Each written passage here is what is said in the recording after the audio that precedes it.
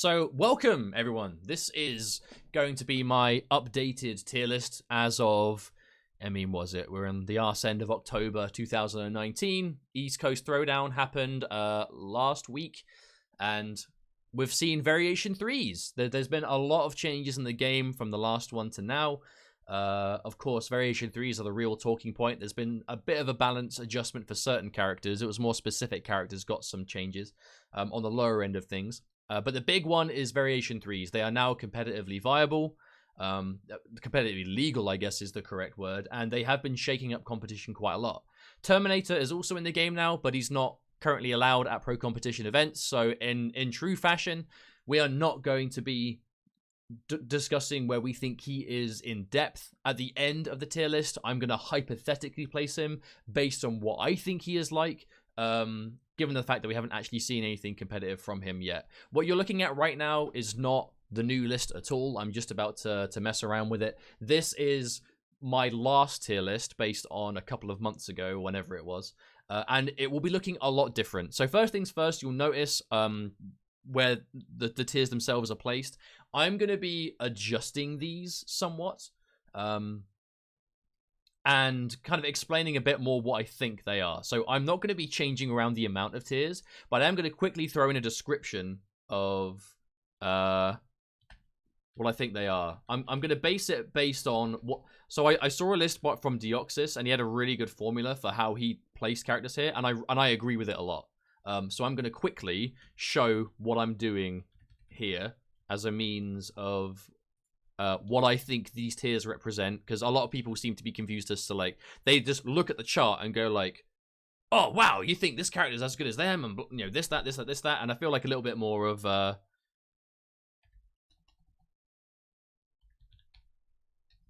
on.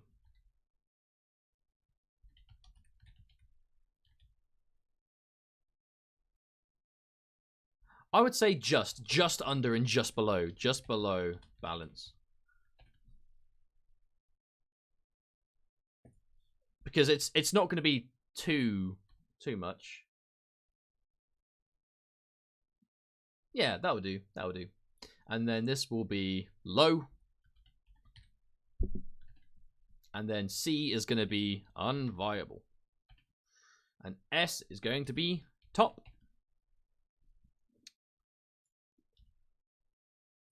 I don't even need the, there we go. I don't need these brackets. You guys understand. Right. Whoops. Aren't we very organized doing this all live? Right. So these are going to be where I see the cast. So I'm going to have a total of six tiers, and I'm going to change it right now. So as always, we're going to go from top to bottom, and I'm going to discuss every character in detail as to where I think they're going to be. Honestly, not much is going to be changing up here. I feel like the top is very much still the top. I'm gonna try and do ordered left to right. I don't think it's going to be as much of a difference as it has kind of historically. But first things first, I'm throwing, where is he? Johnny Cage up here. No question about it. No question about it. I would say that, in my opinion, I think these are your current top 5. And I'm going to explain why. I'm going to order them around accordingly. So, Liu Kang, 1000% still a strong character. A minor nerf, that is his forward 4 went from 9 frames to 11, so it's hurt some of his like optimal combos mid-screen, but fundamentally Liu Kang is still the same character, right? He is still making people just delete health bars with one of the best throw games you can possibly have. Amazing keep away, amazing jump ins, amazing anti-airs.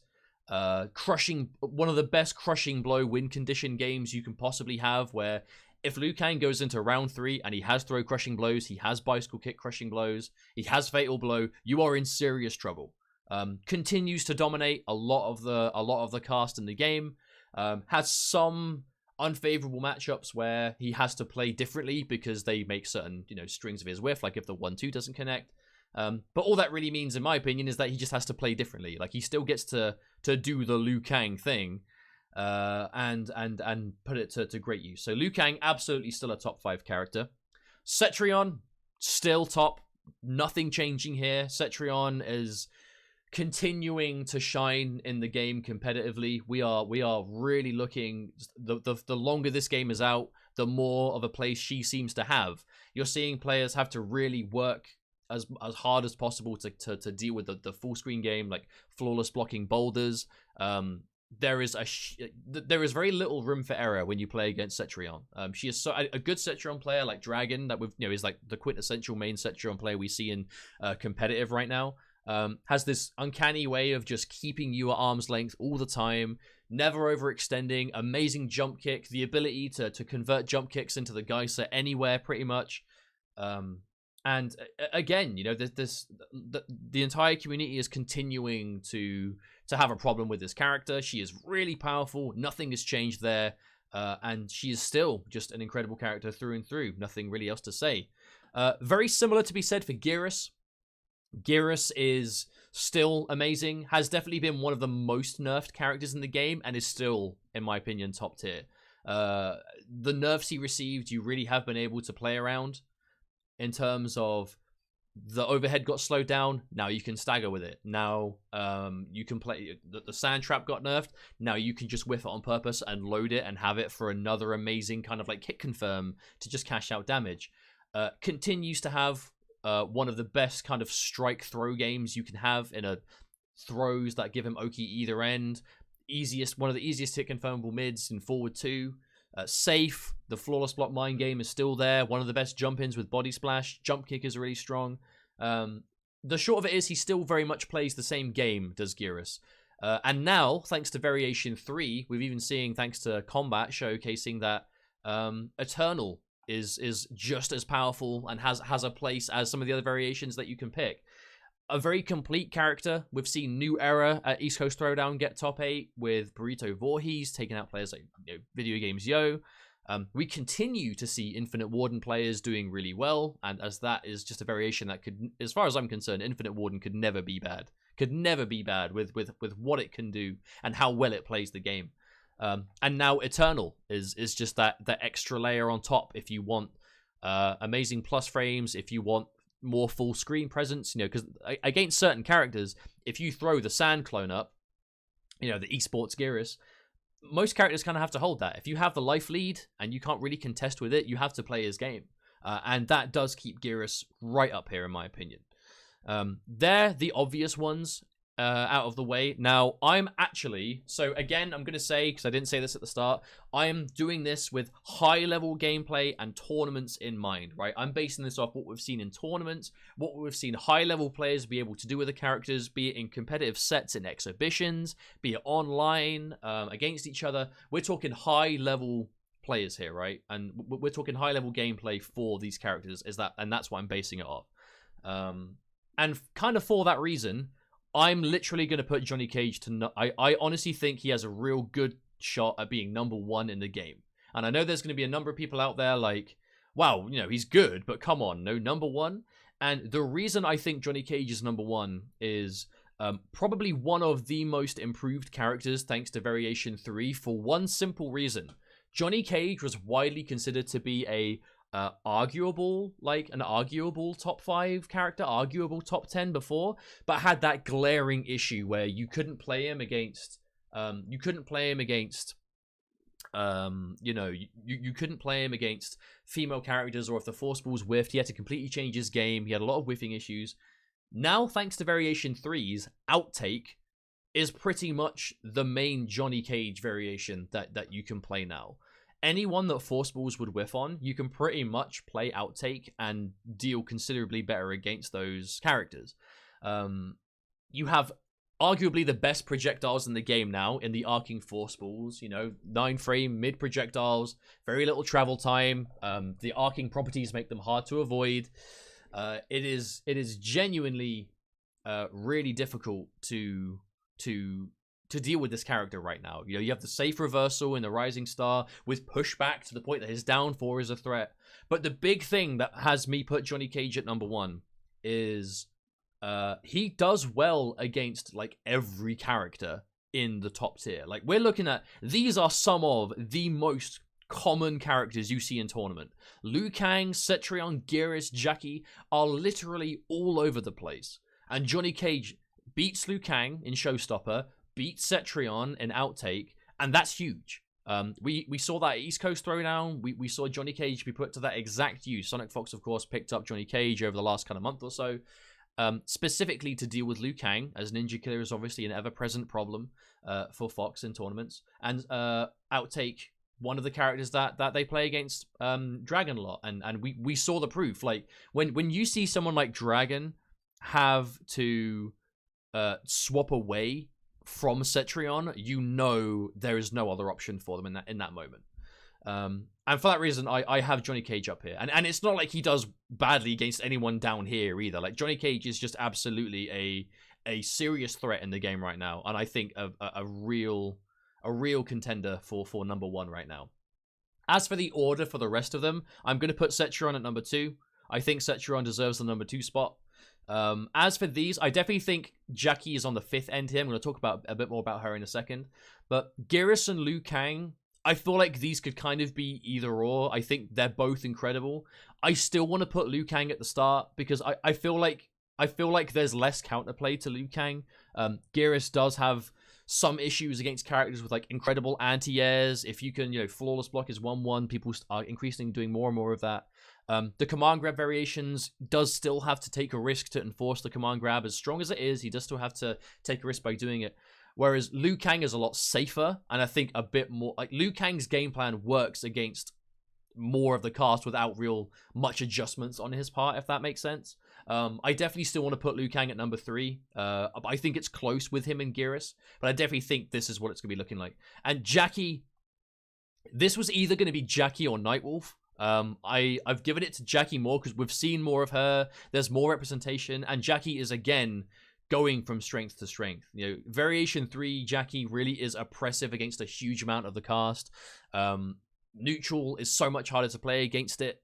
Safety, amazing damage, amazing mix-ups, and first round KO, still really threatening, still really strong. We saw Coach Steve still doing things with this character at East Coast Throwdown. And next gen, we're still seeing next gen, make it do good things in tournament, but it's mainly about upgraded and first round KO. I think next gen is solid, but you're really looking at variation 3 and variation 1 for Jackie. And again, it's the same kind of thing. Like, she has 950 health, so that's a bit of a drawback for sure, but she's got some of the best buttons, some of the best mids, as a lot of characters, like, for example, Cassie's mid got worse, Liu Kang's forward 4 got worse, Jackie's is still there, right? Her mids are still really good, really oppressive, and real strong, overall. And for that reason, again, it was gonna be Jackie or Nightwolf. I think it's real close between them, but I am gonna edge it out and give it to Jackie here for 5. Now, here is where we get to the rest of the list. So as you can see from these words, I want to have it be... So, I don't know if this letter is correct. Like, I would look more about the words and less about the letters here. I feel like this is definitely a bit more appropriate here. But so for just above balance, I think are characters that are not quite top tier, but are definitely much better than a lot of the cast. And for that reason, Nightwolf is right at the top of this. Like, Nightwolf is absolutely right at the top of this. In the UK, we see a lot of Nightwolf, thanks to, of course, Foxy, Video Games Yo. Video Games Yo really being obviously winning UFA with Nightwolf, doing really good things with this character. Mainly Motoka Warrior, mainly seen to be a one variation character, but it's a very one size fits all variation. Is Motoka Warrior. It has the shimmy game, one of the best down 3s. I would say that Nightwolf absolutely has the best throw game that you can want to have in this game. And this is why. So Nightwolf's throw game is a huge part of his offense. And he has the throw game where his front throw, crushing blows, as his back throw does as well, but his front throw has a crazy amount of hit advantage. If you hit forward throw, you're going to get a lot of advantage, a lot of potential to go for a throw loop. With another throw, you can down 3. You can go for 1-1, which is a safe stagger, safe auto shimmy. And his back throw knocks full screen. From full screen, Nightwolf obviously has the reflect for counter zoning. The arrow is a really good projectile. You have the shoulder for whiff punishes. But the point is, the front throw continues your offense, and the back throw ends it. For that reason, at a high level, players look to tech the forward throw every time, and both throws crushing blow. And because you have a better throw in the forward throw, as the Nightwolf player, you can use that to your advantage and go for a lot of bad throws by throwing them out of the corner, or in a situation where you're looking to continue your offense and they think a front throw is coming, you deliberately go for a back one and end your own offense to build up the escape failed, which then makes your offense all the scarier because you now have crushing blow throws ready no matter what direction you want to go. That's on top of, again, he has like Cassie's pre-patch auto shimmy. People say it's not real. Yeah, I still see it happen like in every game, no matter who's playing against the character. He has safe overhead, really, really strong mids, good hit confirms, decent damage, decent fatal blow. Anti-airs are kind of lacking, but of course you can flawless block, which is a bit harder in this patch, I will say. But you can hold jump-ins, and then all you need is, you just need to find a down 3, right? That's the scary thing about Nightwolf. You find a down 3 and your offense starts. I'm not going to talk about order as much here, as much as I'm just moving characters around. I would say that Cassie is definitely still up here. I would 1000% want to keep Cassie above balance because, again, Yas Queen and Digital Soldier, they are an amazing pair together. Cassie counters a decent amount of characters that have to really... If you have to chase her, it's a real problem. Like, Digital Soldier is real oppressive. If it can run away and play with a life lead, kneecapping still one of the better projectiles in the game.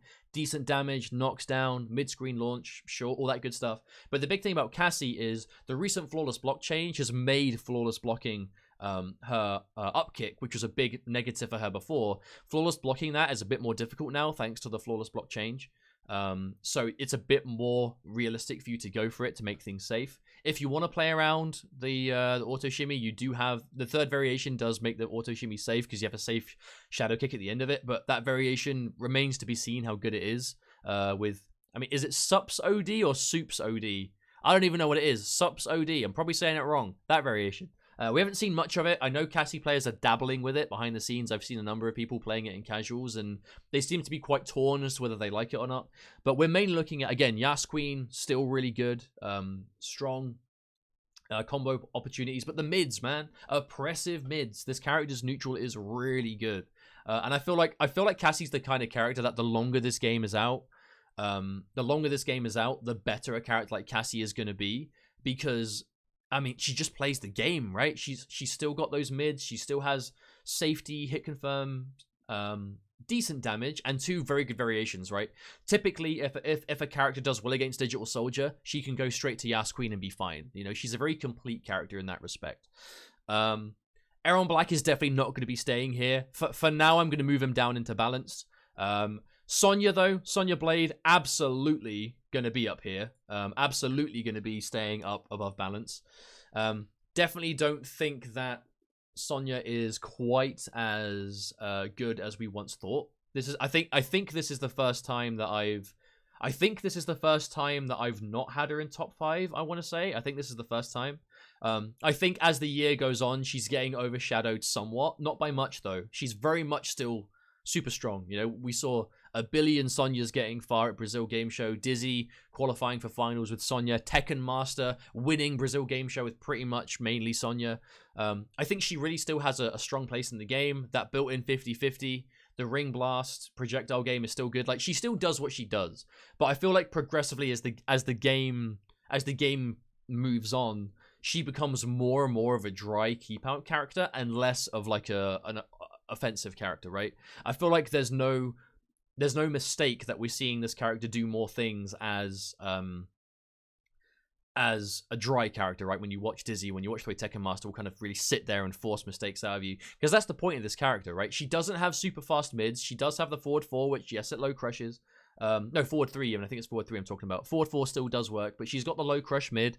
But all of her mids are really minus, right? And because she doesn't have the fast mids, if you block a mid, it pretty much is your turn no matter what. At the highest level, we're seeing players, they'll block a mid, and then all they need is a bit of advantage and they're starting their offense, right? Like, you're seeing Sonya against characters like Liu Kang, against characters with those really strong mids, like Garrus, I think, has always done well against Sonya, that can just take minus frames and start their offense on it. And Sonya puts herself in that situation all the time.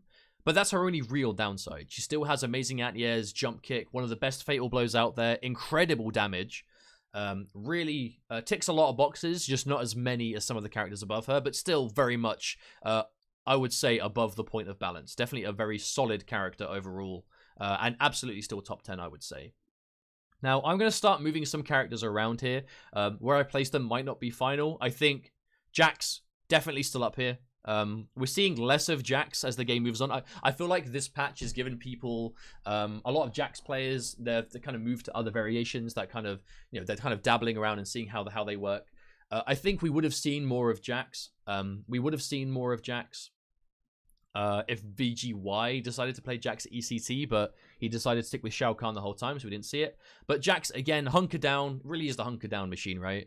We actually saw Ringer a bit at ECT as well. You know, shout outs to Station for, he beat KP in pools, and then he lost to Scar, and I can't remember off the top of my head who eliminated him. But, you know, we saw some Ringer, we saw some cool stuff, but still hunker down, right? Again, with the flawless block change, I feel like Jax is low-key a bit better in that regard, but still very powerful. I feel like people still have Jax in their back pocket, and always will, because, again, hunker down is really solid, really reliable, and definitely super good, right? I feel like Jax is still above that point. Still, I would say, the best comeback potential in the game. You hit a fatal blow, you can take the life bar. Like, that's just the way Jax works. You get that fatal blow, get the heat, and then it's party time, right? You have all those crushing blows at your fingertips, as well as not a bad variation 3 in Ringer. We have to see exactly how good it's going to be in the end. And as Grin and Barrett was pretty much not really worth picking at all. So I hope Ringer gets a bit more play as we see it. I don't know if it will, but we'll have to wait and see. But hunker down very much still doing the same thing it did before, and that's pretty much that. Now, moving on, I feel like there is a character or two that I would still want to put just above the point of balance. I'm kind of looking through them a bit to decide exactly who I think that is going to be. Because I don't want to, because again, like don't take any of these placements to be final, because I will change them around as and when. I'm still gonna put Shang Tsung. I definitely think that Shang Tsung is a solid, like, really solid character. I think there is a place for Soul Eater. There are characters that straight up just can't play from full screen against Soul Eater. And Warlock is still the best variation by far, but Warlock still does Warlock things. The flawless block change has made Shang Tsung a lot better as well. Like, very powerful now is Shang Tsung thanks to that. It just means he can use his plus frame strings where before he pretty much couldn't at a high level. Now he can use them. He still has some of the absolute best neutral you can want in Warlock. Best screen control. Corpse Drop is still one of the best special moves, in my opinion, in this game. It is so powerful. I think the only reason we haven't really seen much Shang as of late is because the main premier Shang players, we just haven't been at a tournament much in the last kind of month. Like Foxy, of course, wasn't able to go to ECT. Arn Kratos was meant to be at BGS but had travel problems and was DQ'd from the tournament, so we couldn't see him. I think we would have seen a lot more Shang Tsung had Arn Kratos be able to enter that tournament, but unfortunately it wasn't meant to be. I still think Shang is really solid, and I definitely would say above the point of balance, absolutely. But another character that I definitely need to put up, I'm putting Frost all the way up here. I really, really, really think this is the age of Frost. I think if you want to know why Frost is so good, just watch ECT. Watch ECT and look at Hey George. Like, this is a character that, thanks to Arctic Anarchy, has no real glaring weakness anymore. You know, like Frost was a character which would lose quite hard to extreme keep away. Was really good at kind of controlling that kind of like middle distance, but was still prone to flawless blocks. Your options off of back two were still kind of dangerous. You would still have to put yourself at risk a lot of the time. But she was good at what she did, but you would have to take a lot of risks. Every time you press back two, you were, you know, taking a risk. But obviously still had the anti-air. The jump kick was good, but could still be anti-aired. Now Arctic Anarchy is in the game. Your jumping is so much better than before, because not only do you have one of the best jump kicks in the game, you can now alter your jumping arc with an instant dive bomb, which is going to make people so much more hesitant to anti-air you. Yes, it's unsafe if done at close range, but it is safe if you do it from a distance, and finding the sweet spot where you can kind of get a bit of both is definitely possible. But that's just the dive bomb. The auger, man, the drill is one of, if not the single best move that Frost has. It makes back two safe as houses. Anything on block into amped auger, there's a flawless blockable gap, but good luck, because that's not something you're reacting to. If she goes for the normal auger and you flawless block, she takes a turn again. She has the best anti-air in the game, in my opinion. Frost's down 3 is the best anti-air normal in the game. And guess what? Arctic Anarchy does decent damage from it. That was one of the biggest things that made her not seem so bad when it was just Ice Machine, was you were down 3 in Ice Machine, and the most you'd get is like 1-3 drill, or back 1-2 drill, or something like that. Arctic Anarchy gets to do down 3, string into drill, and you get way better damage than any of the other variations. In her corner game, oh my god, when you get that sweet spot with Frost, and it's like max back 2 range, and you're constantly threatening down 4 drill, back 2 auger, you know, down 4 auger, back 2 auger. It's the range where they're going to want to jump over them, and if they jump, you anti-air, bang, they're back into it. You end everything with mad knockdown. You can obviously do better with keep away thanks to the core overload. You can end anything in a core discharge, and then keep your universal amazing strings and plus frames. And now you've just got this drill that from a range is plus, and they have to hold an option most of the time. If you dash in down 1 or dash in, they have to deal with it. And the best thing about it, it works. It works. Hey George at ECT has put this character on the map. Like, there are Frost players around that we will see more of. Like, Wasminator's been playing a lot of Frost. I imagine he's been playing a lot of Arctic Anarchy. He's going to be at the Intercontinental Combat Finals. Tweedy will be at NEC, I think. So I think we'll see him there. There are a lot of Frost players beginning to crop up, and some real threats. Stabs, of course. We'll be seeing Stabs at the Pro Competition Finals because he won the Canada League. And Hey George, you know, I hope it isn't the last we see of Hey George, because she plays the game so well, and pretty much all of her biggest problems are now plugged. Like, those gaps in her gameplay have been plugged up thanks to Arctic Anarchy, and for that, I definitely have her up here. I think she is absolutely a serious force to be reckoned with in the game right now. And believe it or not, that's actually where I have these two top tiers, or these you got top tier and high tier. I have them ended. Now we're gonna look from left to right. If I'm being honest, I'm really happy with the order I have these characters at right now. I think these make sense from left to right in both tiers. Now we're gonna go to balance. Now, a character that I would have close, a character that I would have had close to above balance, but I feel like just isn't quite there yet, but is definitely at the top of balanced, I would say. Kung Lao. I think Kung Lao is so the rise of Lotus Fist has really helped out Kung Lao in a lot of ways. So we spent most of this game's life only really seeing Foxy win with Kung Lao, and it was, I mean, you can go back and watch the tier list, and you can go back and watch the tier lists and see, you know, what I think about them. But we saw hat tricks pretty much only really do anything, and it was for that high risk, high reward, mid throw, strike throw game enforced all the time with the the movement, the whiff punishing options. But that style very much began to fall out of favor, as there are better characters that did the same thing that didn't have to take as much risks. The rise of Lotus Fist, I think, has really showed that As the game is going more towards the way of wake up buttons are becoming a lot more prominent, wake up jump, as the wake up system is being kind of like really used at a high level, we are seeing a lot of wake up buttons. Like I'm telling you, go back, watch Ninja Killer's tournament footage, and you'll see him wake up buttons like 75% of the time, because some characters just they just can. It's so hard to deal with them, and I think that Lotus Fist does elements of that really well because just how hard he is to pin down, but also the counter pokes, the safe counter pokes with orbiting hat, and the sheer damage. Like we're seeing Kung Lao players go to that next level where we're seeing full combos come out, late jump kicks and ending in the dive kick late to keep the advantage, so everything is doing damage, you're keeping hit advantage. Kung Lao's throw game is still really strong. Lotus Fist being able to use forward 1-3, having a real hit confirmable mid that you can turn into orbiting hat.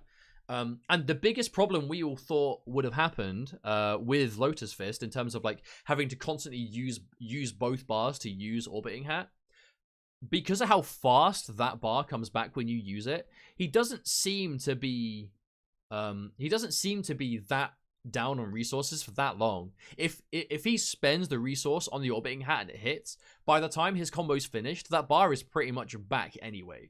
So on hit, it doesn't matter how much it costs because he's going to get it back and he doesn't have to use bar on the spin.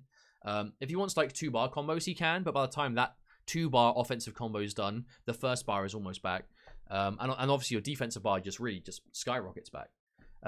That said, and obviously his jump kick as well, his jump kick being incredible, and his ability to get forward one off it is really strong too. I don't know if it quite brings him up to the level of these characters yet. I think there's definitely a case for it. Like Kung Lao is definitely kind of like teetering on the balance of like top of this and like lower end of this, but I kind of want to see more of it first, because Kung Lao definitely fell out of favor completely until East Coast Throwdown, and I feel like we have to see more of it over time to put him above, considering how Kung Lao has been considered this entire time, and the fact that his Variation 3 didn't really do anything for him either, right? This is very much kind of like Lao players becoming a bit more well known as we see the rise of Lotus Fist. Now, we're going to be putting a lot of characters in balanced because... Oh, and first things first, by the way. First things first. This isn't where they're going to stay, but I'm taking every character out of C tier. I want to go on record right now and say that I don't think a single character in this game is unviable.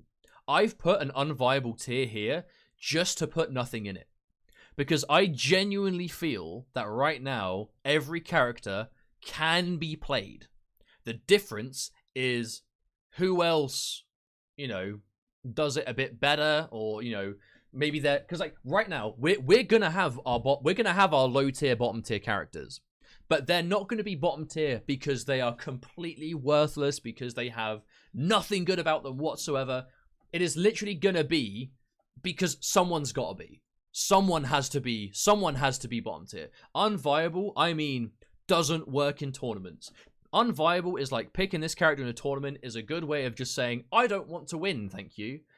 But no character in the game currently has that. Deadly Rebel did well at ECT with Collector. Dalfinate did well at UFA with Raiden, got really far with Raiden. Like some of these characters are really they don't have much representation, but the few that are repping them, they're not getting bodied by everyone. Like they're not getting completely shit on. They're just obviously struggle characters, but we'll talk more about this as we go down. For now, I'm very happy keeping Baraka here. Baraka, absolutely real solid character. Baraka, I mean, there's not much to say, right? Like Marauder is still solid. The flawless block game is strong. Jump kick, really annoying, but huge damage, right? Baraka can play safe. Baraka is what I would say is the quintessential. I would say Baraka is the quintessential jack of all traits in this game. Absolute jack of all traits. Baraka has a bit of everything. And he has a decent amount of a lot of it too. Like, he doesn't lack anything. He's got decent pokes. He's got really good jump-ins.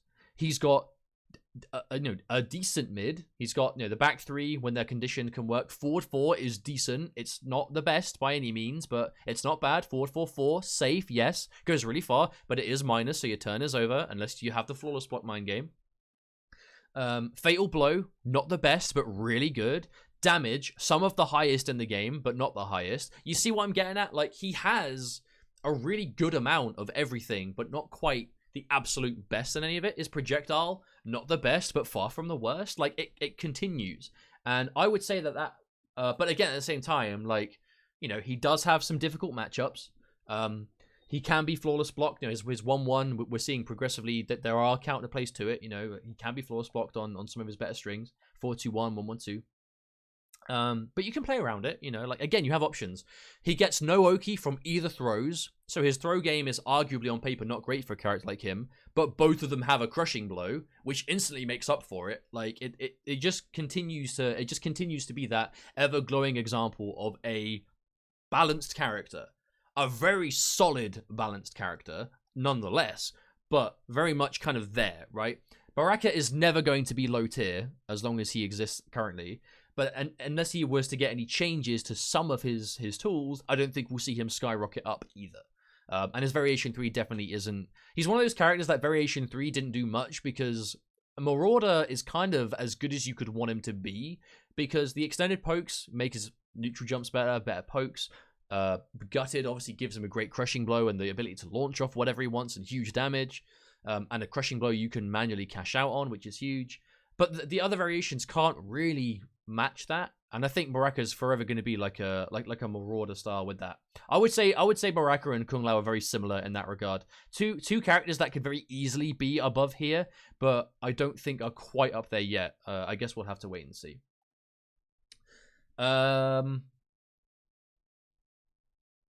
Sub-Zero, right up here. Whack, right up here. Sub-Zero, very strong. I would actually arguably say that Baraka and Sub-Zero are very similar in a lot of the ways that I just said.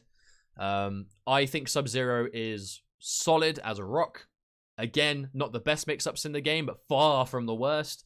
Decent damage, the same kind of crushing blow thing. If you a really good throw game in the sense that he has the Nightwolf throw game, right? He has the Nightwolf throw game where back throw gives no Oki, forward throw does, but back throw has a crushing blow. So the Sub-Zero player kind of has options to kind of influence where you're gonna throw tech a lot of the time. I don't care what anyone says. Forward 2, yes, it's reactable, but you're not blocking it every time because it's more than that. A wise man once said it's more than a 50-50. If you sit there waiting for the overhead all game, you're going to get thrown. You're going to get hit by like delayed walk back into back 3 or whatever. And that is just the way it goes for this character. Dead of Winter is still an offensive, just bully character. But we still see the variations work, right? Avalanche isn't quite as oppressive as I think we thought, but it definitely doesn't seem to be terrible. It does give you, safe overhead and low if you want, for low damage. Obviously, the flawless blockable gap is there for the creeping ice, but not every character in the game can do something about it. Still, some of the best fundamental crushing blow games you can have. Sub-Zero in the Baraka area where he doesn't have a super fast mid, but his back 3 works a lot of the time. I feel like Sub-Zero's back 3 is one of the best lows in the game because it's a low that comes off a back command, so you can do it off of a walk back, and it moves him so far forward so quick. Sub-Zero walking back is still playing offense. Like he'll be plus. He has really good walk back speed. He walks back, you press, you poke. He does like string into walk back into back 3, and it kind of like shimmies for him, right? It's hit confirmable. It's safe if you just want to finish it. Just really solid, but again, unsafe. That's the thing about Sub-Zero. If you want to play Sub-Zero and really play him effectively, you have to play with very little fear. If you want to sit there and play as safe as you can, you're gonna struggle. You have to take risks with Sub-Zero. And this is a game where taking risks puts you in a really bad situation because counter hit crushing blows, punish crushing blows. Across the board, a lot of the standing damage is quite high for a lot of the characters. It's just a real pain in the ass to deal with. But it's something that Sub-Zero has to do. But that's it, right? He gives as good as he gets. His offense is really strong, but at the same time, it's quite unsafe as well. If you want to really go for big plays, you have to put your life on the line to do it. But that's why I think he's a balanced character, and I want and I'm happy to see Sub-Zero stay here, or move up to here, I should say. I'm gonna put Cabal up as well. I think Cabal is definitely in that kind of area also, where Cabal is really strong in the sense that his flawless block game is good because there's no gaps anywhere and everything is safe. So that side of Cabal is always there and always will be. He has, thanks to his variation 3, Speed Demon has given him a huge boost to certain kinds of Cabal players. So the big thing before was obviously Clean Cut was restand and low hook, and Mean Streak would be dash cancels. There were Clean Cut players that would play Clean Cut. Sorry, that's a bit of a tongue twister for me. I find it hard to say it sometimes. They'd play Clean Cut. I got it right. But they wouldn't really use the low hook. They picked it mainly for the restand. They picked it for the extended hook. They wanted the safety. They wanted the restand. They wanted, because obviously any restand that you can do on command in this game is really good. Because of how good the wake-up game is, right? Like, it's a big talking point in the community right now about the wake-up options, like, especially now the rise of wake-up buttons are coming through, as the concept of wake-up invincibility is, you know, as you get up, like, how, you know, are meaties hard? Can you meaty with highs? Do you have to use mids? As wake-ups become more and more of a problem as the game moves on, characters with restands don't really have to give a crap about that, and Clean Cut is one of them. But there were Clean Cut players that didn't really use the low hook because they didn't want to take the risk. They just wanted the restand. Those players now have Speed Demon, because Speed Demon gives you bigger damage across the board thanks to the amplified air hook grab, and you still have the gas blast to have a restand if you want. But if you just want big damage, you can, and Cabal will have that in spades now, even more so than before. And he wasn't tickling before. He just had maybe average damage output. Now he has above average damage output thanks to Speed Demon, and you still have a restand. I feel like as the character progresses as well, means Speed Demon players will find setups for the gas cloud, which make him really scary, because that's quite a bloated move in and of itself.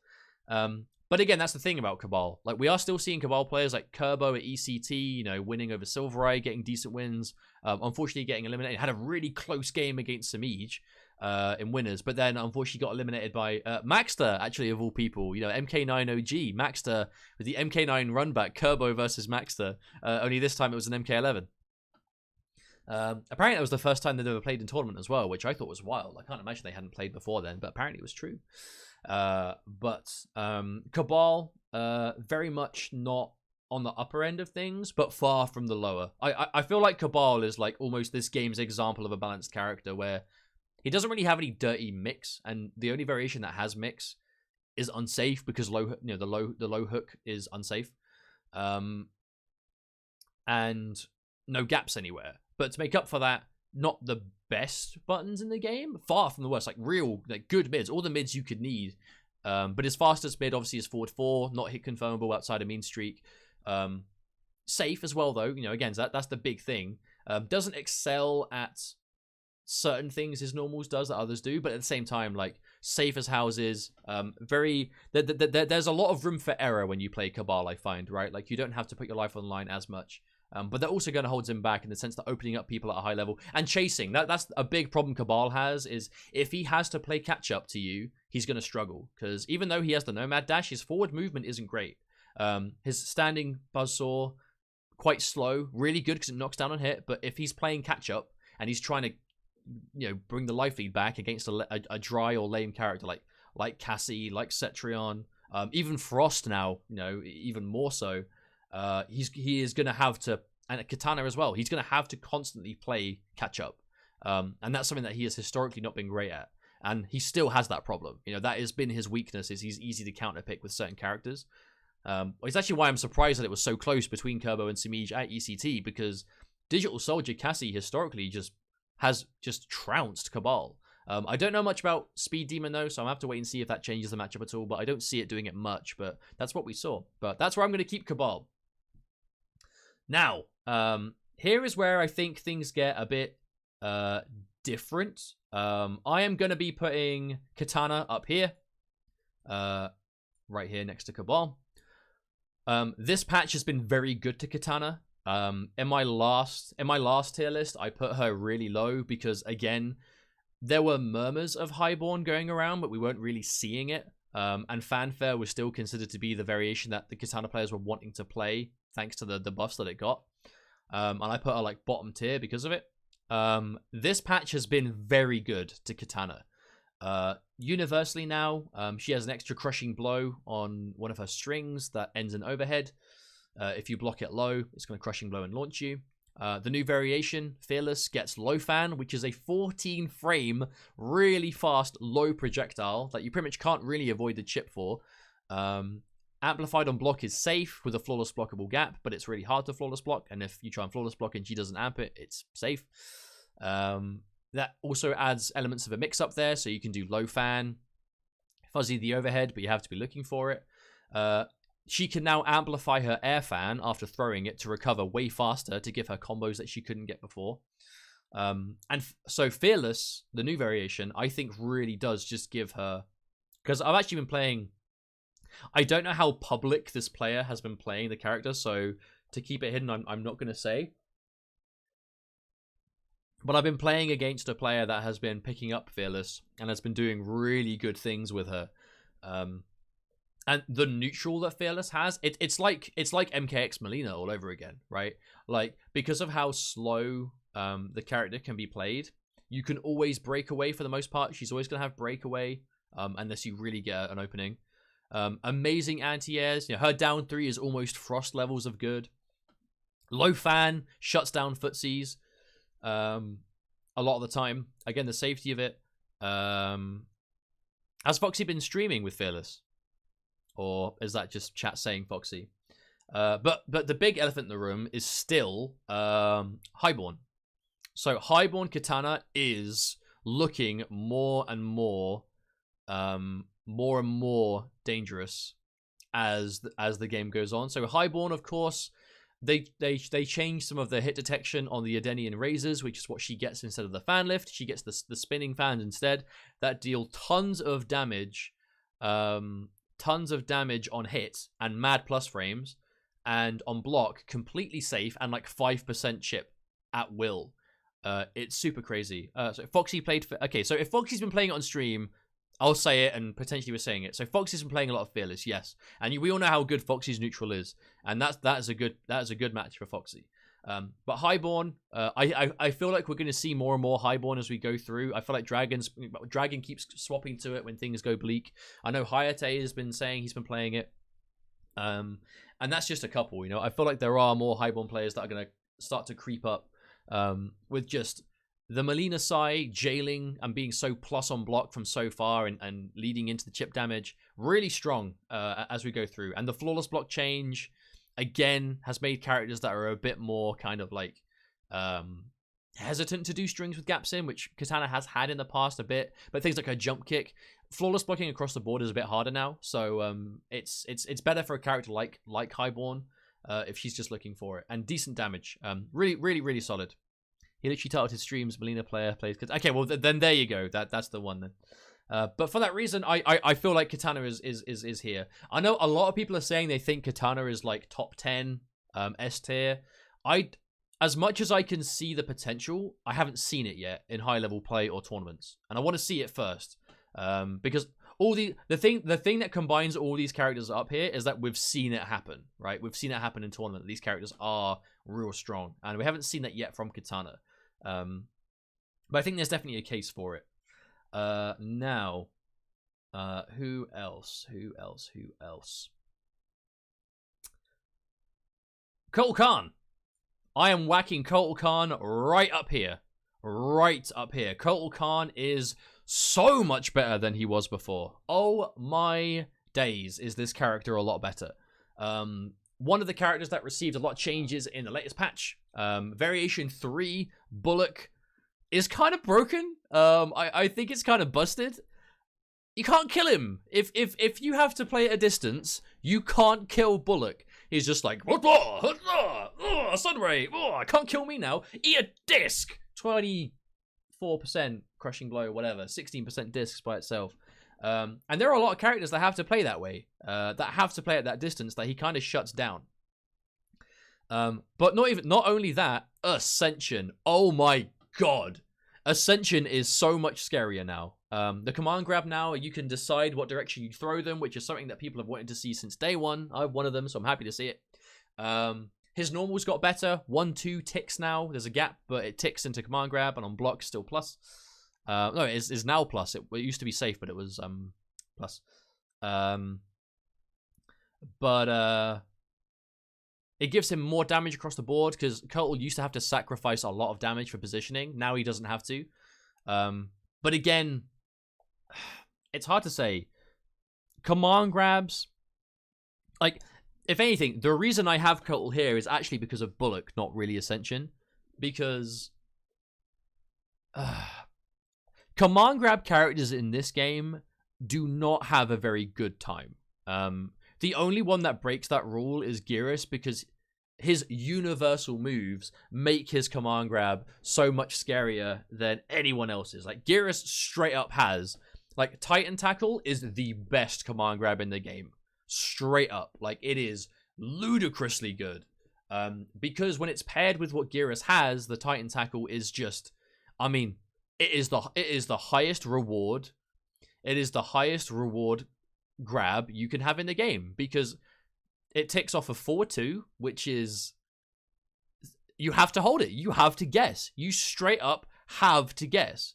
Jax's quad grab, the crushing blow, sure, but it's got the best crushing blow requirement grab, Jax, but the Titan Tackle, it walks you to the corner from half screen, is a mid, so there's no reading. It's a mid. You have to jump. You have to jump it. And if you try jumping it, forward 2 hits you, 4-2-1 hits you, Garrus kills you for doing it. In the corner, he gets a full combo right back into it again. As strong as Kotal Kahn is, thanks to this, he doesn't have the same mids that Garrus does. So he can't condition you to sit there anywhere near as much. He is really prone, and Kotal Kahn is probably the biggest offender for this. The biggest offender for still having your combos break away on hit and you being punishable. Kotal really suffers with that still. It is really hard for Kotal to keep himself breakaway safe, which again is a good thing about Bullock. If you read they're going to break away as Bullock, you could use it to get like 2 damage totems up or a damage reduction totem. But that's a read, right? Some characters can just straight up react and keep stuff safe, and Kotal can't really do that. It's hard for him to kind of keep you grounded, kind of keep you stuck there. You can disrespect him a lot. If you've got good air movement, you can really get in his way. But he's a lot better than before, right? Ascension is a lot better than it was, and Bullock straight up shuts down a lot of characters. I don't know if it's quite as much to the point that these characters are, because the thing about Kotal Kahn is all of his variations are quite inconsistent. Even Bullock straight up can't play its game against certain characters. Like Cabal doesn't let him summon totems. Doesn't let him, because the big thing about, like, if you crushing blow Kotal Kahn, his totems disappear, right? Or you fatal blow him, his totems disappear. There are certain characters that can do that from so far away at anywhere on the screen. It's genuinely hard for him to do it.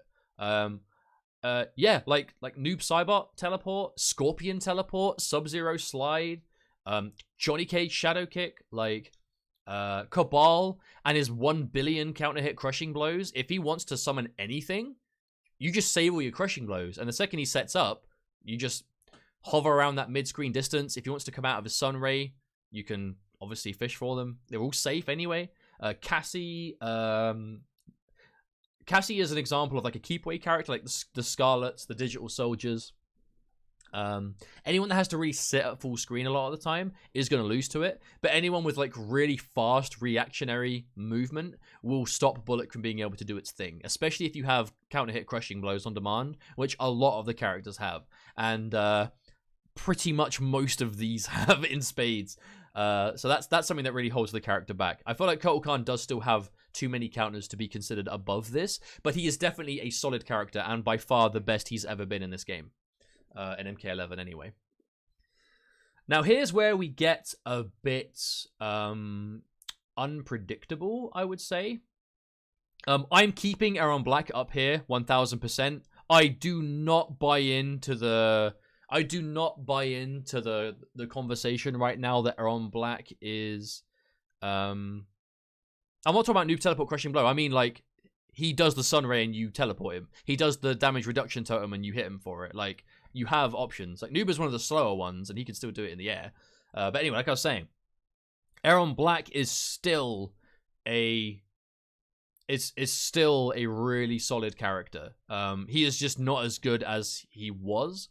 I know a lot of people are saying they think Erron Black is like bottom tier now. I just straight up don't agree. I straight up don't agree. Oh, have I been missing? I don't think I have alerts in the scene. Liu Keith, thank you for the 2-month resub. I've already talked about Johnny, so you have to go back through the VOD and see what I said about him. And after I've gone over it, I'll talk about it in a bit more depth again. But Erron Black is definitely one of the most nerfed characters in the game. Definitely. In fact, I'm still putting him above Kotal. I still think he's above Kotal.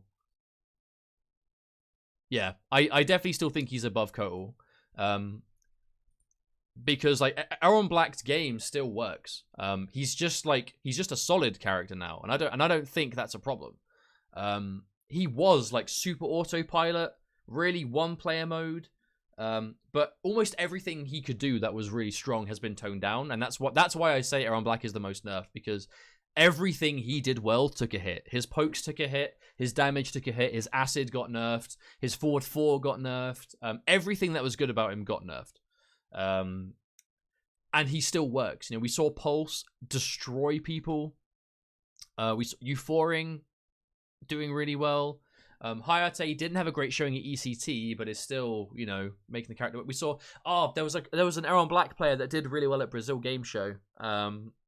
The short of it is the character still has a place competitively, and it's still definitely got a lot more. You've still got the back 2. Scud Shot is crazy. Slide and forward 4 is still solid. You know, I don't care what anyone says. That's still really good. And Acid is still one of the absolute best moves in this game. Straight up, you know, and his Fatal Blow is still great. He's still good at so much. He's just not as good as he used to be. But that still means he's solid, you know. And he still doesn't have that many hard counters, you know. Like, he has some matchups that are a bit awkward. But across the board, like, who doesn't? You know, most characters have that problem. I don't think Erron Black is anything special off of that. You know, he just has to do a lot of the other characters have to do, and he still does more in a better fashion than a lot of the other characters that I would say are below him. Noob Saibot and Devora, actually. Devora. So Devora is a weird one where I definitely want to put her in balanced. I definitely want to put her in balanced here. But I honestly have no idea where, because Buzz looks broken, right? Buzz looks broken when you see Fox play it, but pretty much only when Fox plays it. And even then, Fox has gone straight to Johnny Cage, you know, straight to even Jaded over Devora. You know, we still see Fox play Devora sometimes, very much still in their cast of characters. And Arachnophobia is definitely good. And you know, I know that there are increasingly more and more Devora players, especially online, that are like So Sick Nash Fan. Nash Fan's got a really good Devora. Haven't seen him compete. I think he does like some online events. I'm not sure. But there are good Devora players. But and yeah. Tamboss as well. Tamboss has got a really solid Devora, but obviously Tamboss doesn't compete. We'll be seeing him at Unchained as well, which I'm excited about. We'll see him at Unchained this weekend, so I'll be watching.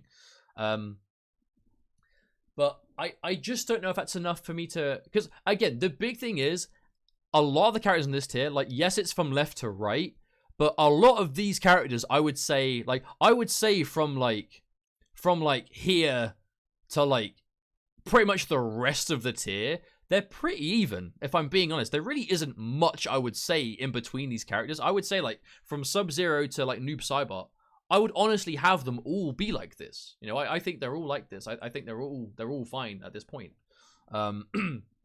Speaking of which, though, Seeing Double I'm putting up here. I do think Noob Saibot is really solid. I think Seeing Double is really strong still.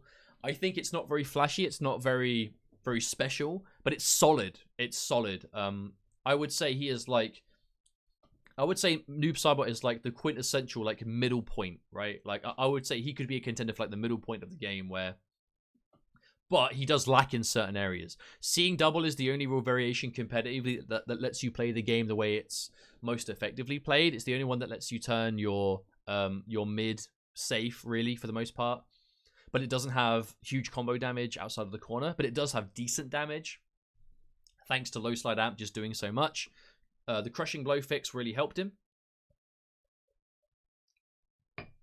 Excuse me. But generally speaking, I think he still isn't quite up there yet, but he's definitely not bad. You know, Noob Saibot is, for me, Noob Saibot is a very mid-tier character, like in all intents and purposes. Really good. One of the best anti-airs in the game in down 4. Really good fatal blow, not the best, but it tracks, so it's really good.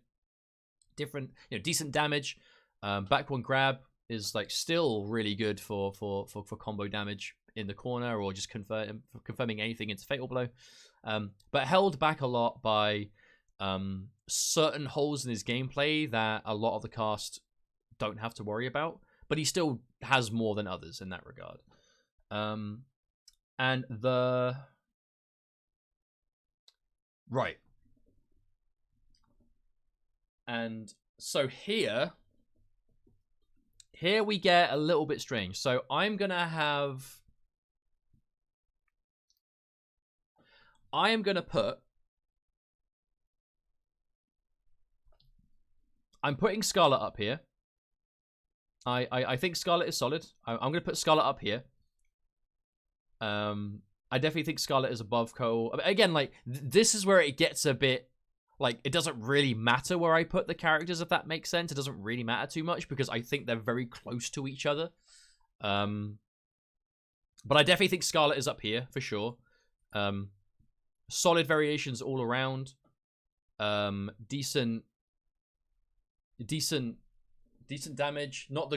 No real mix-ups at all. But really good neutral. That's the thing about Scarlet. Like, she's got neutral. She's got amazing projectiles. The sustain she has, like, her healing is probably the best kind of healing we've seen. It's probably the best kind of healing we've seen in another own game so far, given the fact that you can end any combo with amplified blood and just get it right back again. But all of Scarlet's variations are good. That's what I like about her the most. Like, she's prone to being flawless blocked. One of the variations can do something about it, the others can't. But the flawless blockable strings are still really good. They still give her loads of plus frame. She has really good buttons. If you have good footsies and good neutral, you can really make Scarlet work. She's not the most popular character in the world, but those that we see stick with her do make her look really strong. But again, if you're picking her for keep away, there are other options that give better keep away. If you're playing her for neutral, there are other characters that have better neutral. The thing she really shines on is her ability to heal and sustain herself, which most characters can't really do outside of Kotal Kahn. But I don't know if it's enough to kind of bring her up too much. But again, like, balanced. Like, again, don't look at any character in this tier, or probably even this one, and think bad, right? Like, again, I'm saying this is the closest these tiers have ever been, in my opinion, in this game. And on that note, actually, I'm gonna put Jade right at the bottom of balanced.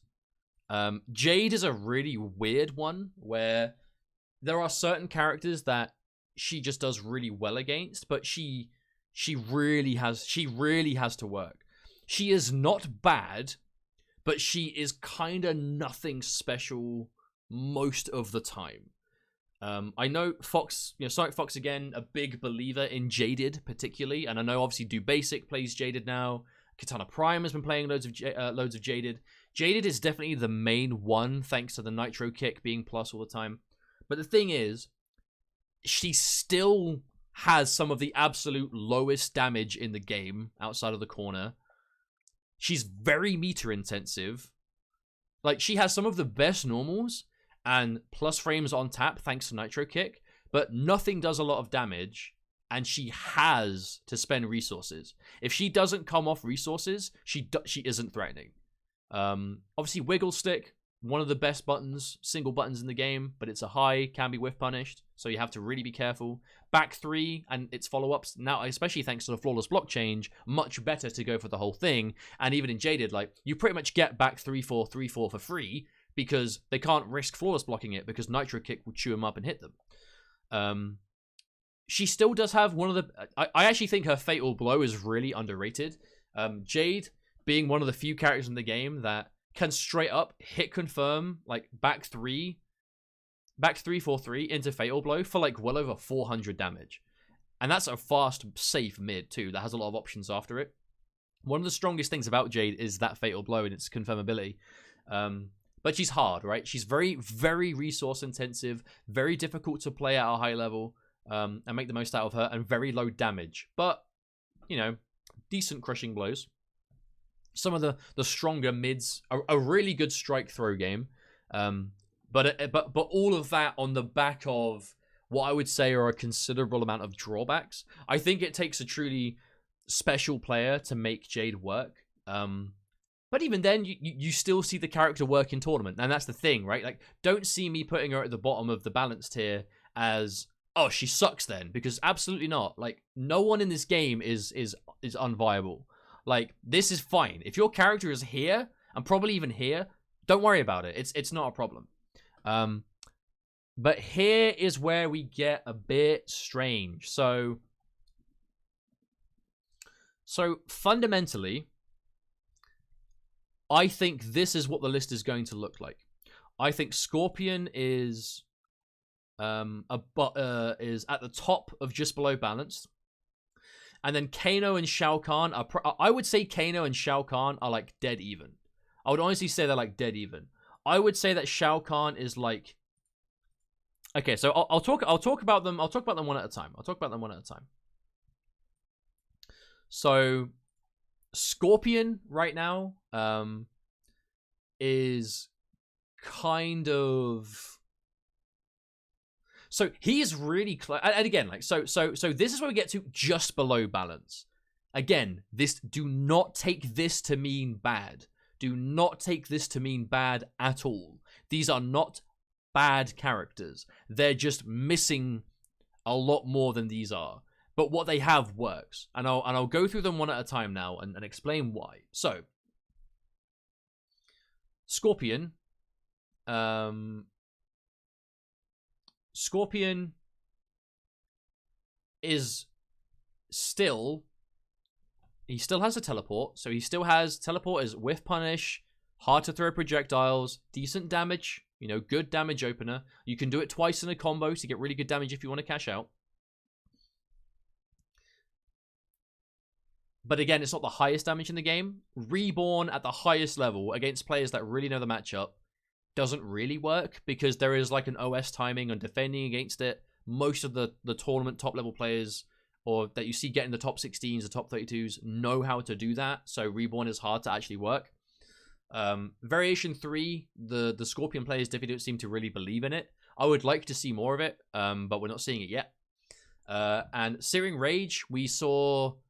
Oh, who was it? There was a really strong Searing Rage player at Brazil Game Show, got top 8. I should know the name. I watched that tournament. Who was it?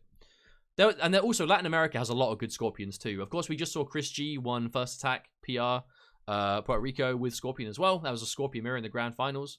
Imagine that. Gui Exceptional, that was the one. Gui Exceptional with Searing Rage. Searing Rage has some amazing damage, but obviously very unsafe. You have to take risks if you want to really commit. But here's where it gets a bit strange, and this is where Scorpion kind of falls off. He only gets Oki from one throw. He has a crushing blow throw. It's a lower damage one, but it's there. But it's lower damage. His mid, if he wants to do any... To keep his mid safe, he just has to... He literally just has to commit to being minus. He's always minus. Or he just has to do a single hit. Like, forward 3 is not a bad mid, but you can't hit confirm it. Every time you do forward 3-4, you are taking a risk, because flawless block, it is there. Everyone knows how to do it. It's safe, but it is a risk again. Scorpion is by design a risky character. If you want to make Scorpion work, you have to take a lot more risks than most characters in the game have to. And that's the thing. I would say that all three characters that I have in this tier, I would say are almost here, but they have like one glaring flaw that is just like something they can't avoid it. They cannot avoid it. Scorpion's is the amount of risks he has to take. Scorpion's risks are in his good strings. They're all flawless blockable. To get the most damage, you have to commit to a lot of, like, again, Searing Rage. It's hard to hit for him to play safe if he really wants to make the most out of the variation. Reborn, you have to teleport cancel, which is a risk because, again, people, they do know how to deal with it at a high level. And he can't avoid it. Scorpion has to be played that way. He has to be. And there's no real getting around it. And playing risky and MK11, I mean, we've all seen how dangerous it is. You know, it is hard to win if you're playing risky, and Scorpion kind of has to do that. If his mids were a bit faster, maybe if, you know, he didn't have to commit as hard all the time, maybe he could be a bit better, or maybe like. I don't really have any buff suggestions for Scorpion because I don't really feel like it's my place to kind of say it. But again, he's not bad. Like, this is just below balance. It's just a glaring fault the character has, but he's not even bad. These aren't bad characters, you know. Don't like, and I have to say it every time because everyone comes in and says like, "Wow, bottom 5," and I'm like, don't look at it as bottom 5. Don't look at it as bottom 5. It's like good. This is a fine place to be. You know, don't look at this and be like, "Wow, bottom 5, he sucks." Like this, there's nothing wrong with this. You know, this is fine. Shao Kahn and Kano, I would say they're like dead even. I honestly think Shao Kahn and Kano are like exactly the same in terms of where they are. I think Shao Kahn is good in a lot of ways, but his mid really, really hard to hit confirm, and that's a problem that both Kano and Shao Kahn share. So against a lot of characters, Kano can go for his. So obviously, you know, Kano received a big buff where forward 1 is now a mid, so it's a 13 frame advancing mid. The hitbox of the spit that follows up is way better now, so some characters have to block it no matter what. Most of them can still crouch the spit, but, you know, it's character dependent. Against characters that have to block the spit, I would put Kano, like, up here. I would put him, like, right at the bottom of balanced for Ratbag, and for the other variations to get a lot more off it too. But considering the vast majority of the cast can still duck it, I still have him down here.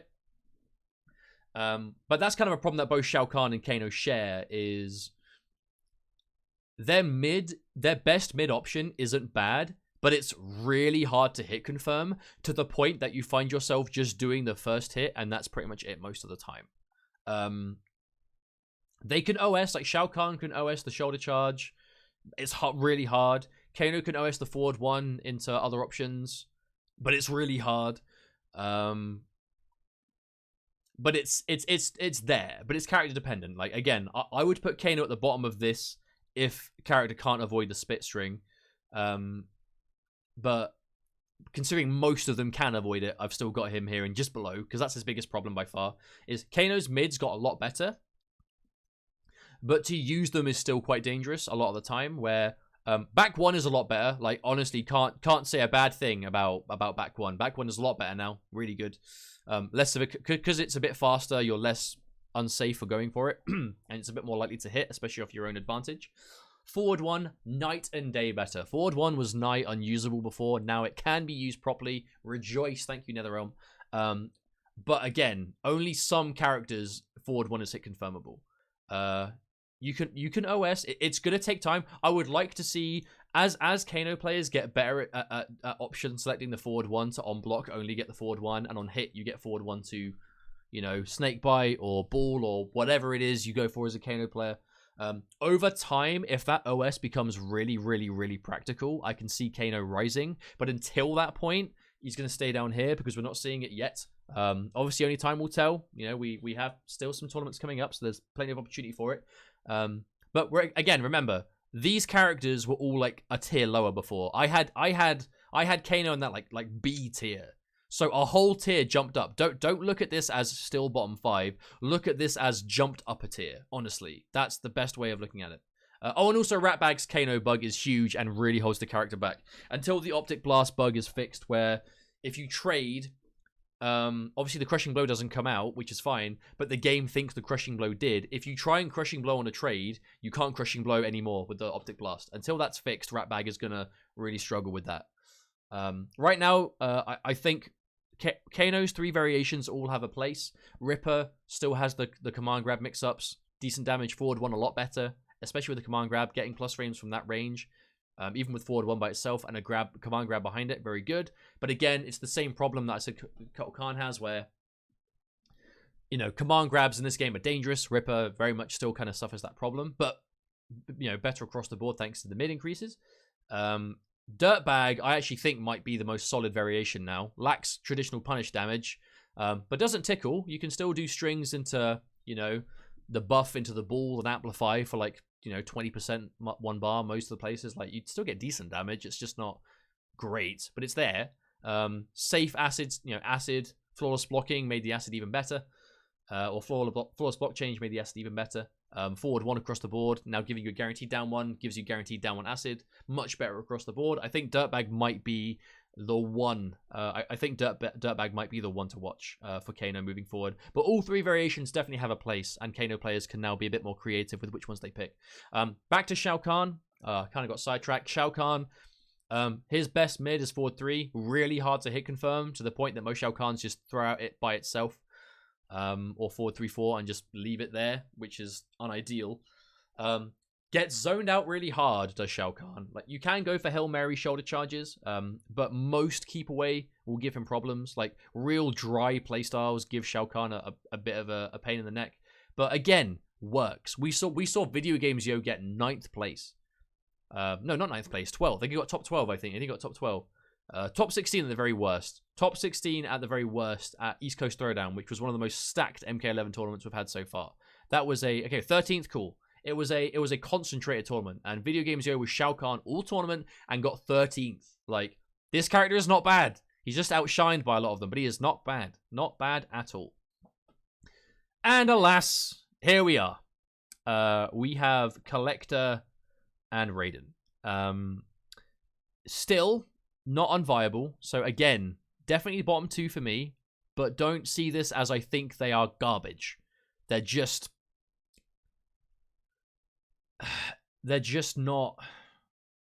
These 2 are missing the most out of anyone in the game. Collector, put Collector up 1? No, I don't think so. I definitely don't think so. I think there's an argument for him to be at the bottom of this, but I think at this point, it's almost redundant. Like, does it even matter? Like, top of low, bottom of this, like, I wouldn't say it matters too much at that point. The real kind of like flagship Collector player we see is Deadly Rebel, who does really well online. You know, he wins sets online against really high level, top level players. But the more we see Collector, the more the spotlight is shined on this character, the more we see his problems. So the biggest problem I think that Collector has is he's pretty much a 1 variation character. I know, like, Destroyer, for example, still plays back in the pack, and there are still Collector players out there that will like it, and that's fine. But it's really dangerous. It's a very unsafe variation to play as back in the pack. Whereas Spare Change, it's pretty much Spare Change or get out of here, you know, really, for the character. It makes him the safest, so it kind of plugs the most of his problems. He gets, you know, the ability to stay in the air, gets good keep away, the ability to counter zone with the Absorb Lantern or whatever it's called. Obviously, amazing fireballs, like the Flame Carpet. The Flame Carpet is really, really good. But the biggest problem Collector has is one of his best things is 4-4, and I feel like this is kind of like the quintessential thing that I know a lot of Collector players talk about. People that believe in Collector, because I actually got some flack for putting Collector at the bottom in my last tier list. And a lot of people were like, "Nah, man, you just don't know what the character can do. You know, you're just not doing your homework, right? You're just not looking at what the character's capable of. Like, just sit in training mode and you'll see for yourself this character is great." So I sat in training mode, and then I watched good Collector players play, And I'm seeing stat 4-4. So 4-4, everyone is just like 4-4 is like the best string in the game, right? Collector's 4-4. A lot of collector believers say that collector 4-4 is like the best string in the game. 4 is a high. 4-4 is flawless blockable no matter what, and there is nothing collector can do about it. If you flawless block, if you flawless block 4-4, he can do nothing from it. He's like -11. If your character has a far enough reaching up 3 or up 2, you punish him for it every time. Or you flawless block it, let him be minus, and then he has to hold your offense. If you flawless block 4-4, which is easy to do on reaction for high-level players, if they know the matchup anyway, you know, they've labbed it and they've sat there and they know it's possible. You flawless block it, you take your turn, and that's it. All of a sudden, collector can't use his best button anymore. The biggest potential collector could have had to be better was if the Walkweight toss in Squander, which is his third variation, was faster, or it was like it was beforehand, and you could combo from back 2, you could flawlessly anti-air with it from standing 2, back 3, it would connect everywhere. Max range, forward 1, all of these areas where the bowler just misses to the point that collector players can't rely on it. Walkweight toss hit. So if you wanted the neutral control of like the keep away, the neutral space of spare change, you could pick that. And if you just wanted a strong projectile, better confirms, more threatening up close buttons, better anti-airs, you could pick Squander. But Squander nerfed when the variation 3s came out. The Walkweight toss startup was changed to be pretty much the same as the bowler, which has all the same problems. Walkweight toss is now just a bowler that does 12% on hit, but you can't cancel it. And the bowler cancel is crucial to make yourself breakaway safe, to make yourself safe on block, to at least have the gimmicky mind game of cancel bowler into something, right?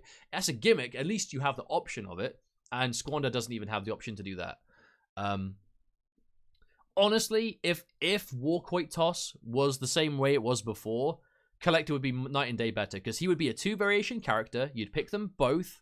If spare change didn't work, you could get away with going... Because, like, standing 4 into Walkweight would chew up people for trying to flawless block.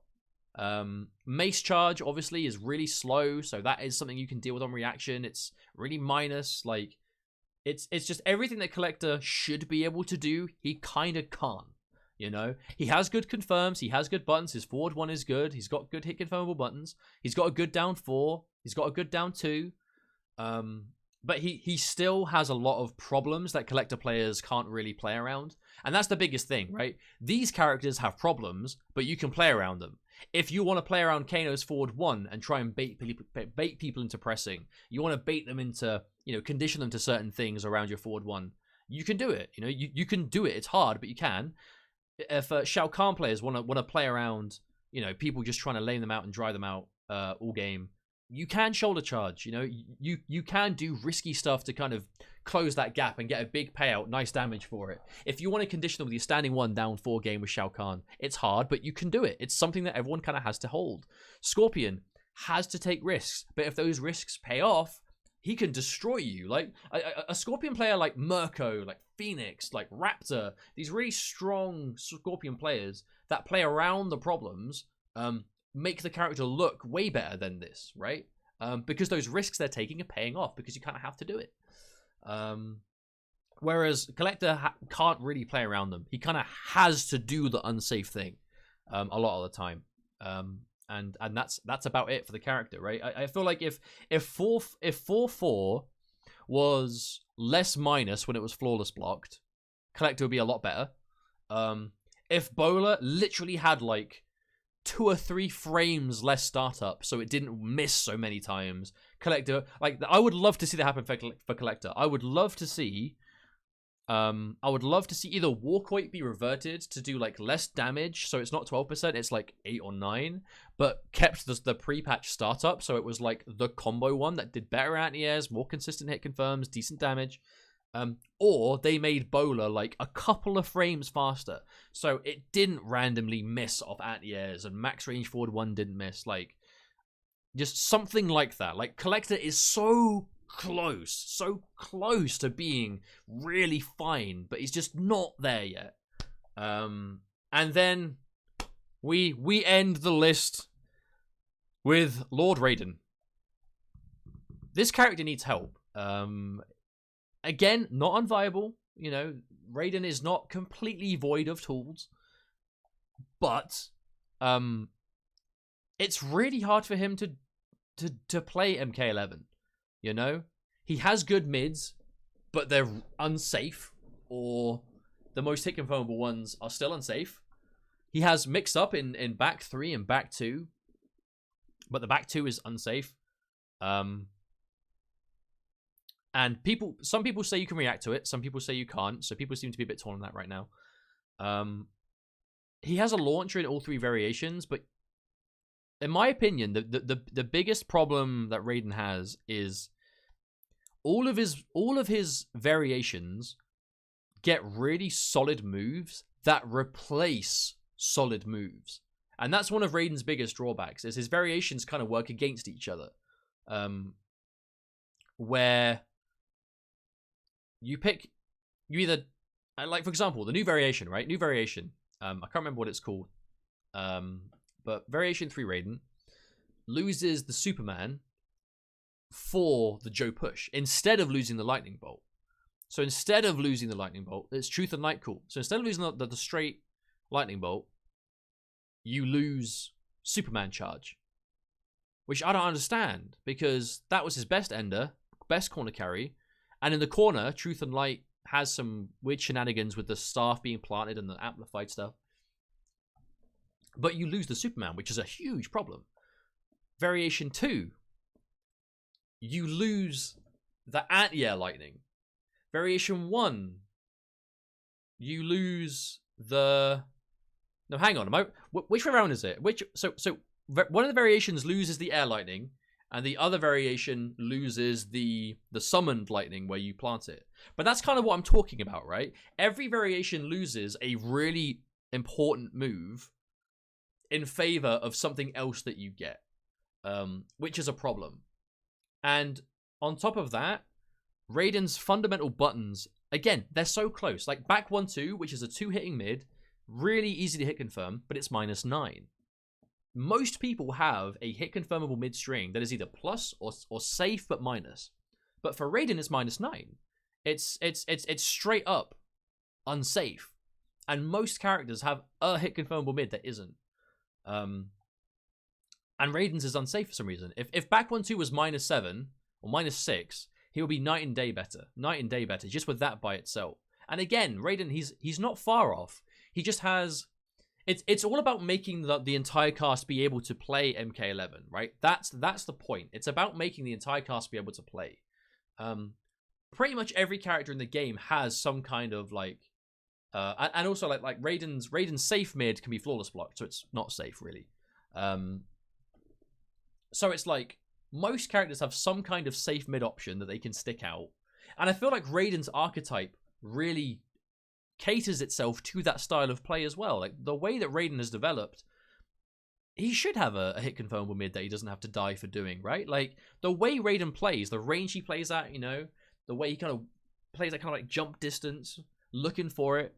Raiden could do that really well. That the range where you control the space with air lightning, whiff punish, it's so good at whiff punishing. Like why would that button exist if not for whiff punishing or use in the neutral like that? And why would you use it if you're gonna die for using it wrong? He gets flawless blocked pretty much everything he does. That's the biggest problem.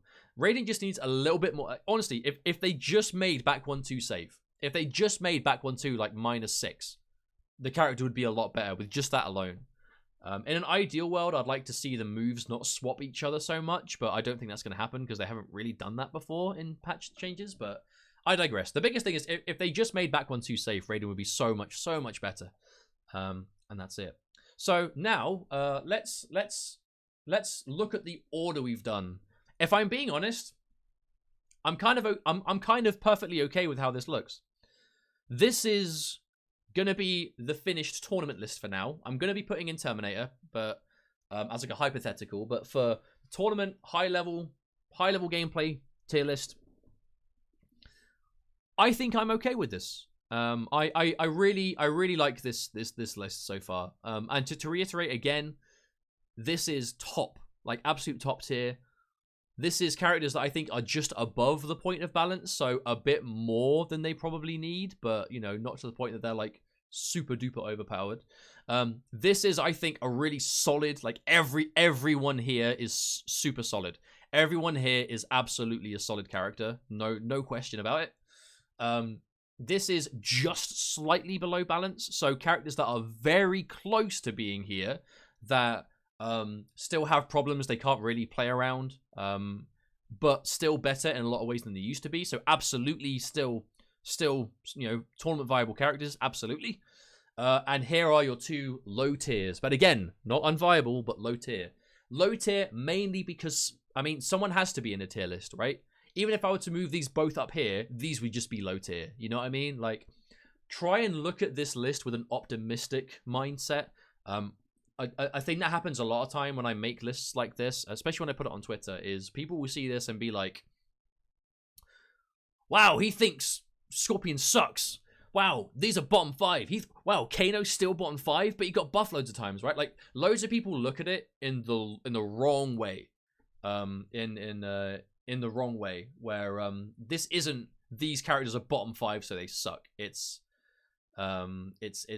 just, you know, they're lower by default, right? Like, some characters just have to be lower. But that's it. The character he spent less time talking about was Raiden. Wonder why? I said all of my points on Raiden. I said he's prone to being flawless blocked. I said he needs a safe confirmable mid because his character should have one, in my opinion, really, for the archetype he plays. And I don't like how all of his variations swap really useful moves. Like, I don't really what else I can say. No reason to elaborate more. Now let's think Terminator. So Terminator is, I'm not really sure, because Terminator is, when he is point blank, he is like stupidly annoyingly good. Like, when Terminator is like literally touching range, Christ, is he a pain in the ass. Like, I would say the best mix-ups in the game: Dark Fate, Final Judgment at point blank. Oh my god, they're annoying. They have so much damage, so much layers of mix-ups to what they can just do from standing in front of you. But from anywhere but point blank, he kind of struggles a lot, which to me makes it sound like he is balanced. I'm going to whack him right up here, like right in the middle, literally right in the middle. I'm going to whack him right in the middle of the game, because I know that seems like the cop-out answer, but I would absolutely put him in the balanced tier, because he is so scary when he is point blank. Like, Dark Fate, with he can do the kind of Liu Kang, the Sub-Zero effect, where he can like load up crushing blows and just sit on them and just, like, you know, save them for a rainy day. Dark Fate could have, like, if Dark Fate gets to round 3 and he's got the crushing blow command grab, he's got 2 bars, he's got fatal blow, you're literally looking at, like, and shotgun crushing blow, running man crushing blow, you're literally looking at like hundreds of % worth of damage off of like single hits. I feel like he is the perfect example of a balanced character, or not perfect example, but an example of a balanced character, where at point blank he is broken, but anywhere else he suffers. Like, his forward movement with buttons sucks. His down 1 is really fast but has no range. His anti-air is great. His down 3 is great. His jump in, his options off a jump kick are almost non-existent. To his like forward punishment, like if he blocks something that's like minus with a bit of pushback, that pushback is enough for him to not really be able to guarantee anything, right? His like best button in neutral is down 4. Like, you see Terminator players doing like a lot of dash down 4s, right? Where they're just gonna be kind of, because it's their best option, it's their longest range button, decent speed. But it's all they can really do. His back 3 doesn't really go far at all. 1-2-1 goes far for the whole string, but the sending 1 is really stubby. Shotgun has a really like instant travel time, but it's really slow on startup. His, you know, projectile absorb, where he just turns his back to you, amazing, but loads of startup and loads of recovery. All of his moves are like really good at what they do, but getting them out is a problem. I think Dark Fate is the one. I feel like we definitely might see Dark Fate I really want to see like a good Dark Fate player just like showcase the broke point blank stuff in tournament. I hope we see it, but I don't know if we will. But that is pretty much my take on the game right now. So I think I'm okay with this so far. I feel like there's nothing really that controversial in here. I feel like a lot of this is kind of like quite sensible based on what we've seen of the game and what high level players are talking about right now. I remember, like, this Terminator placing is hypothetical. Yeah, it's like Ketchup was saying in chat. Like, he's not tournament legal yet. This is hypothetical based on what we've seen of him. This is where I think he's going to be. This is not set in stone. We might see it be either or. Who knows? But that's it. That's it for the tier list right now. If you want to know anything about my discussions on the characters, you can watch through the VOD and see them in depth on YouTube. Obviously, you can just click through them. Yeah, feel free to chat about this as always, guys. We always have some good discussions based on these tier lists. So thanks very much for watching. Let me know what you think, and I'll see you guys on the next one. Peace out.